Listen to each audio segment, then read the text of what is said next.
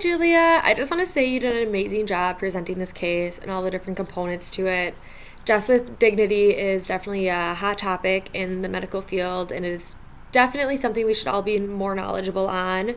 As when we become nurses, this might be something we have to see and deal with and have the conversation with our patients about. I thought you did an amazing job breaking down all the different ethical components that were involved in this case, from autonomy to justice. I thought you just did a great job. And I also how you brought up the opposing views a little bit and acknowledged those. I also thought it was a really important to see how these different cases have the impact on the medical community today and how this is still just such a hot and controversial topic. To kind of go off your questions you have, do you think death with dignity is an ethical process? Should the physicians be allowed to prescribe lethal medications to their patients?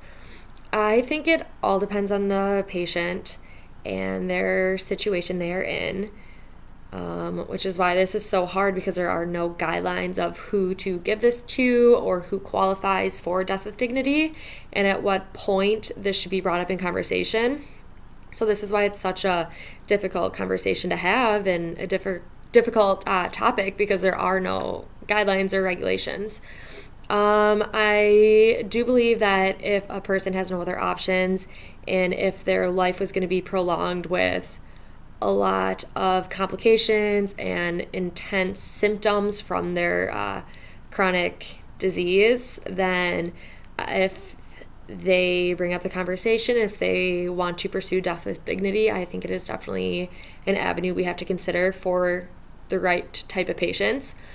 I also thought it was super interesting how you describe the difference between euthanasia and death with dignity, and how the doctor can prescribe the medications, but they cannot be the ones to physically give the medications. I thought that was just like a good topic and a reminder to talk about and be reminded of.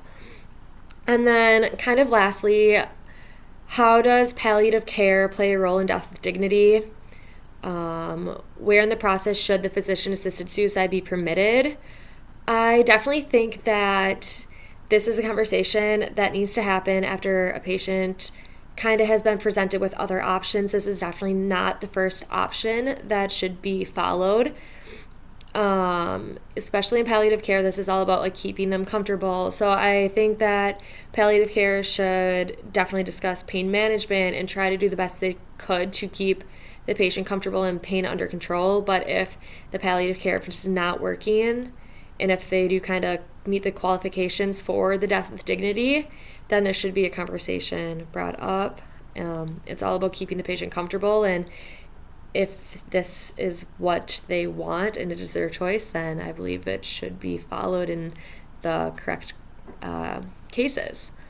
So thank you for bringing all of this ethical case to life, and it was very well presented.